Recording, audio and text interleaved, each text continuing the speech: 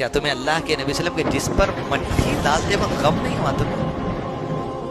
کس کے جسم پر مٹی ڈال رہے ہیں تمہارے دل کو کیا ملال نہیں ہوا؟ جو 12 ربیع الاول کے دن تیاری کر رہے ہیں تم جشن منانے کی، یہ دیکھو آخری 12 ربیع الاول اللہ کے نبی صلی اللہ علیہ وسلم کے گھر کا، بس اللہ کے نبی صلی اللہ علیہ وسلم کی طبیعت بوجھل ہونے لگی، زوال کے وقت قریب آ رہا تھا، اللہ کے نبی صلی اللہ علیہ وسلم حضرت عائشہ کے سینے کو ٹیک لگا کر بیٹھ گئے، آپ صلی اللہ علیہ وسلم کے سامنے پانی کا پیالہ تھا، اس میں ہاتھ ڈباتے جاتے، چہرے پہ ملتے جاتے، کہتے لا الہ الا اللہ، اللہ کے سوا کوئی معبود نہیں، یقیناً موت کے وقت بڑی سختیاں ہیں، ہاتھ پھیرتے جاتے دعا کرتے جاتے، ہاتھ پھیرتے جاتے دعا کرتے جاتے، پھر کرتے یا ربی محمد کے ساتھ آسانی فرما اس سختیوں کے برداشت کرنے میں صلی اللہ علیہ وسلم، پانی پھیرتے جاتے لا الہ الا اللہ۔ ذمہ داری کیا ہے حضرت عائشہ کی، کیا نبھائے، سبحان اللہ، دھیرے دھیرے کہتے جاتے، حضرت عائشہ کان لگا کے سنتے جاتی، مجھ تک آپ تک پہنچا دی وہ حدیث، کہتے فی رفیق الاعلیٰ، فی رفیق الاعلیٰ، ان دوستوں کے ساتھ جس کا تو نے وعدہ کیا، انبیاء کے ساتھ، صدیقین کے ساتھ، شہداء کے ساتھ، صالحین کے ساتھ، ان کے ساتھ رکھنا اللہ، ان کے ساتھ رکھنا اللہ، ان کے ساتھ رکھنا۔ ٹیک لگائے بیٹے میں حضرت عائشہ کے بھائی ابو بکر کے بیٹے عبد الرحمن بن ابو بکر گھر میں داخل ہوئے مسواک کرتے ہوئے، اللہ کے نبی صلی اللہ علیہ وسلم مسواک کو دیکھ رہے تھے، عائشہ نے پوچھا اللہ کے نبی صلی اللہ علیہ وسلم آپ مسواک کرنا چاہتے؟ آپ نے انگلی سے اشارہ کیا ہاں میں بھی کرنا چاہتا ہوں۔ ابو بکر کے بیٹے سے عبد الرحمن سے مسواک لے لی، حضرت عائشہ نے اپنے دانت میں رکھ کر چبا کے نرم کر دی اور اللہ کے نبی صلی اللہ علیہ وسلم کو دیا۔ دیکھیے حدیث کی حفاظت کیا چیز ہے، انداز سے بیان دیکھیے حضرت عائشہ کا، کہتی جب اللہ کے نبی صلی اللہ علیہ وسلم مسواک کر رہے تھے اتنا خوبصورتی سے مسواک کرتے ہوئے میں نے کبھی اللہ کے نبی صلی اللہ علیہ وسلم کو نہیں دیکھا۔ یہ حدیث ہے، ایک ایک بات کو نوٹ کرنا، سینے میں سمانا، ہر بات اہمیت کی ہے، چاہے دانت میں مسواک لگنا کیوں نہ ہو، خوبصورتی سے کرتے ہوئے میں نے پھر کبھی نہیں دیکھا۔ آپ نے مسواک کی، مسواک لے لی گئی، وقت بیتتا گیا، حتیٰ کہ اللہ کے نبی صلی اللہ علیہ وسلم کی زبان پہ ایک ہی بات ہے، فی رفیق الاعلیٰ، فی رفیق الاعلیٰ، فی رفیق الاعلیٰ۔ کچھ دیر کی بات تھی کہ سر حضرت عائشہ کے سینے کو لگا تھا اور نظریں گھر کی چھت کی طرف تھی، اللہ کے نبی صلی اللہ علیہ وسلم نے اپنے ہاتھ کو انگشت شہادت اٹھا دی، نگاہیں اور آنکھیں گھر کی چھت کی طرف ہیں، حضرت عائشہ کے سینے کو ٹیک لگائے ہیں، کہتی ہے میری خوش نصیبی ہے، میرے گھر میں، میری باری میں، میرے سینے کو ٹیک لگائے ہوئے، میرا تھوک جو لگا تھا آپ کی مسواک پر، اس سے مسواک کر کے میری باری میں میرے سینے کو ٹیک لگائے ہوئے، ہاتھ اٹھایا، نظر اوپی تھی، ہاتھ نیچے گرا، میں سمجھ گئی اللہ کے نبی صلی اللہ علیہ وسلم کی وفات عمل میں آ گئی۔ انا للہ و انا الیہ راجعون۔ جیسے ہاتھ نیچے آیا، اللہ کے نبی صلی اللہ علیہ وسلم کے بارے میں اطلاع ملے گی کہ آپ صلی اللہ علیہ وسلم کی وفات ہو چکی۔ یہ 12 ربیع الاول ہے، جس کو پہلے 12 وفات کہا جاتا تھا، جس دن وفات ہوئی، اب یہ 12 ربیع الاول جشن کا دن بن گیا۔ تم دیکھتے جاؤ کیا کیا ہوتے جا رہا، تم کرتے جاؤ تم کیا کیا کرتے۔ غم کی لہر، فاطمہ رضی اللہ عنہا کے کلیجے میں غم بھر آیا، کہا جبرائیل ہم تمہیں ہمارے والد کی موت کی خبر دیتے ہیں صلی اللہ علیہ وسلم۔ ارے تم آتے تھے، تمہارا آنا بند ہو جائے گا۔ جس گھر میں جبرائیل آتے تھے وہی لے کر اس کو اطلاع دی جا رہی ہے ہمارے والد کے انتقال کی۔ حضرت عائشہ کو غم بھرایا، خوشی اس بات کی تھی میرے سینے کو ٹیک لگا کے آپ کی وفات ہوئی۔ اللہ اکبر۔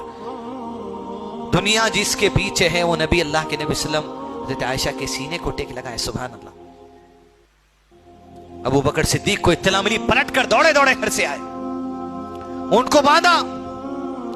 ان کے آنے سے پہلے عمر بن خطاب کو پتا چل گیا کہ وفات ہو گئی، سنتے ہی قبر تلوار نکالی، جو کہہ دے کہ نبی کا انتقال ہو گیا اس تلوار سے گردن اور تن جدا کر دوں گا۔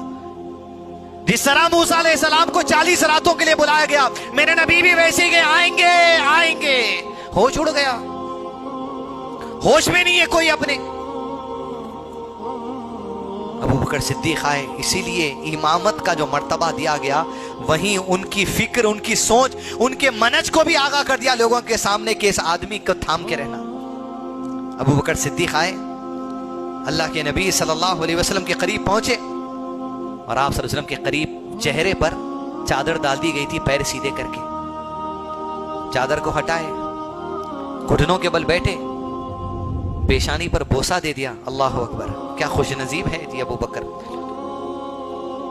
پیشانی پر بوسہ دے کر کہا جو ایک موت نبی صلی اللہ علیہ وسلم کی تقدیر میں لکھ دی گئی تھی وہ آ گئی، اب کوئی دوسری موت آنے والی نہیں ہے۔ چادر ڈالی، حجرے کے باہر نکلے، عمر سے کہا بیٹھ جائیے، بیٹھ جائیے، یہ کیسا ہوش تم نے کھو دیا؟ کیا یہ آیت اللہ کے نبی صلی اللہ علیہ وسلم پر نازل نہیں ہوئی تھی، تمہیں پڑھ کر نہیں سنائی گئی؟ اعوذ باللہ من الشیطان الرجیم وما محمد الا رسول قد خلت من قبله الرسل افئن مات او قتل انقلبتم على اعقابكم ومن ينقلب على عقبيه فلن يضر الله شيئا وسيجزي الله الشاكرين۔ محمد صلی اللہ علیہ وسلم تمہارے نبی ہیں، اور ان سے پہلے جتنے آئے وہ نبی بھی انسان تھے، محمد بھی انسان ہے، ان سب کو موت آئی، انہیں بھی موت آئے گی، اور جب انہیں موت آ گئی کیا دین چھوڑ دو گے؟ جب آیت پڑھ کر سنائی تو ہوش میں عمر بن خطاب کہ ہم تو دین ہی چھوڑ دیے تھے یہاں، کہ ہم ہوش کھو دیے تھے، دین کے منہج کو بھلا دیے تھے ہم۔ یہ تو بات طے ہے قرآن میں۔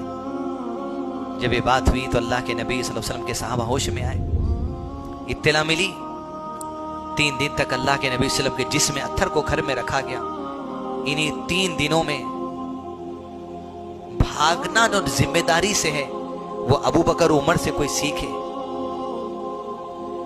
کبر جس کے اندر نہیں ہو وہ ابو بکر عمر سے سیکھے، ریا جس میں نہیں ہو وہ ابو بکر عمر سے سیکھے۔ ابو بکر عمر کو کہتے کہ تم ہمارے خلیفہ بنو، عمر ابو بکر کو کہتے کہ تم ہمارے خلیفہ بنو۔ عمر نے ہاتھ پکڑ لیا، کہہ لیا میں نے مان لیا آپ ہمارے امیر ہیں بس۔ جیسے عمر نے ہاتھ پکڑا سب نے کہہ دیا بیعت لے لی، ابو بکر ہمارے خلیفہ رضی اللہ عنہ۔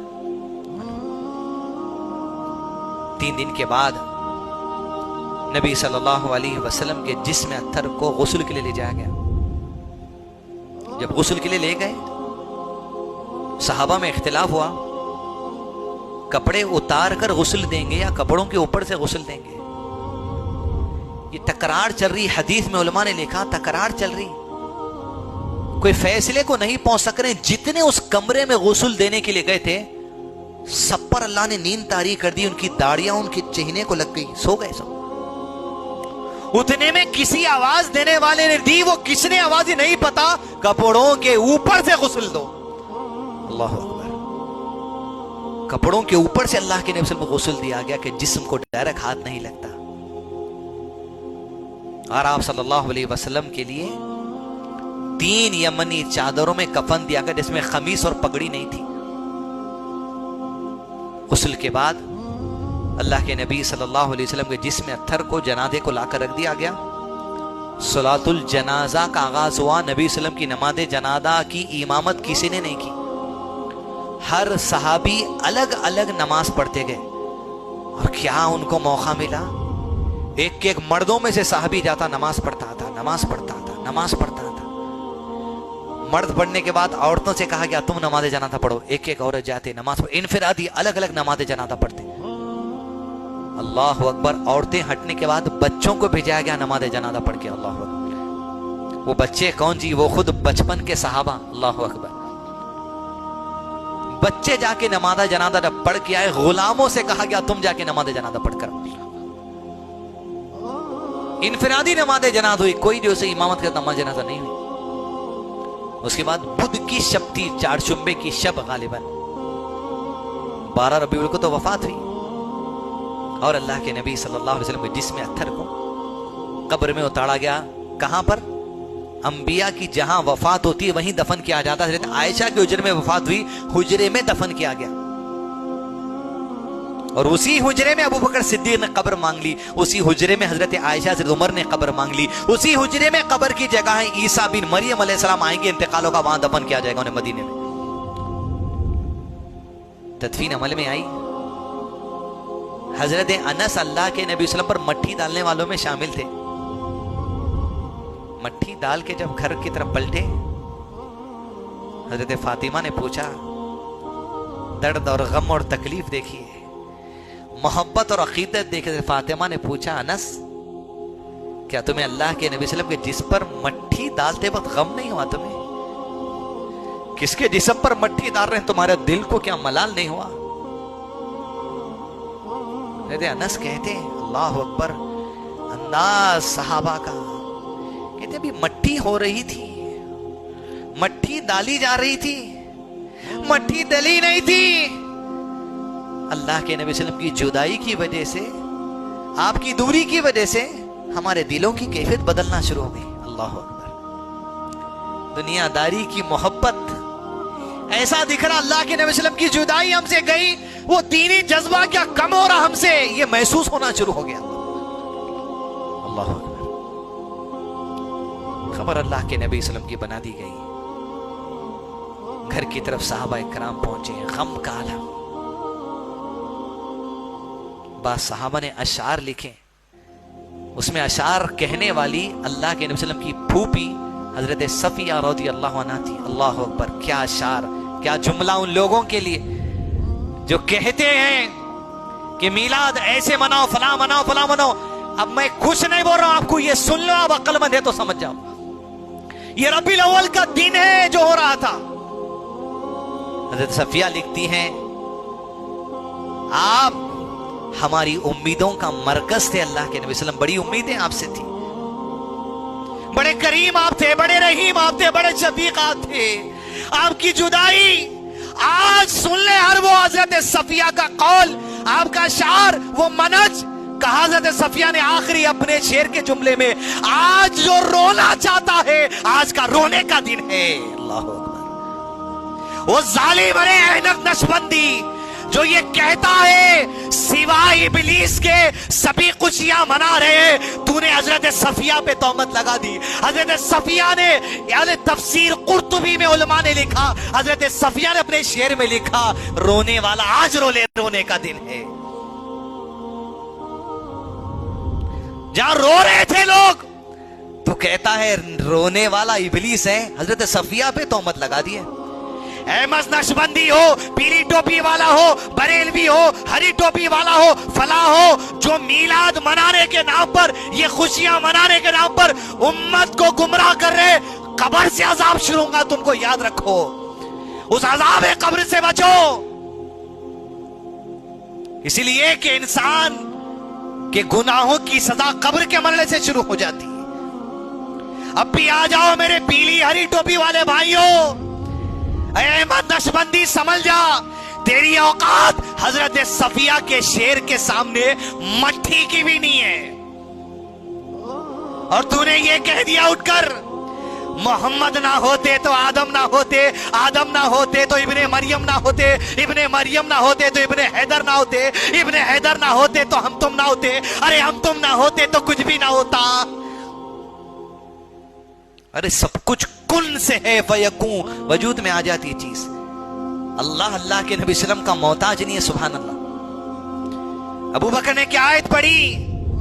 وما محمد الا رسول قد خلت من قبل، ہمارے ان سے پہلے جتنے رسول گزرے سب انسان تھے، یہ بھی انسان تھے، یہ بھی وفات پائے، وہ بھی وفات پائے، سوائے ابلیس کے سبھی خوشیاں منا رہے ہیں۔ تب تو اس کو تھوڑا الٹا پڑھ لیجئے، حضرت صفیہ کے اشعار کے بعد تفسیر قرطبی میں جو آیا ہے، سوائے اہل السنہ کے سب خوشیاں منا رہے ہیں۔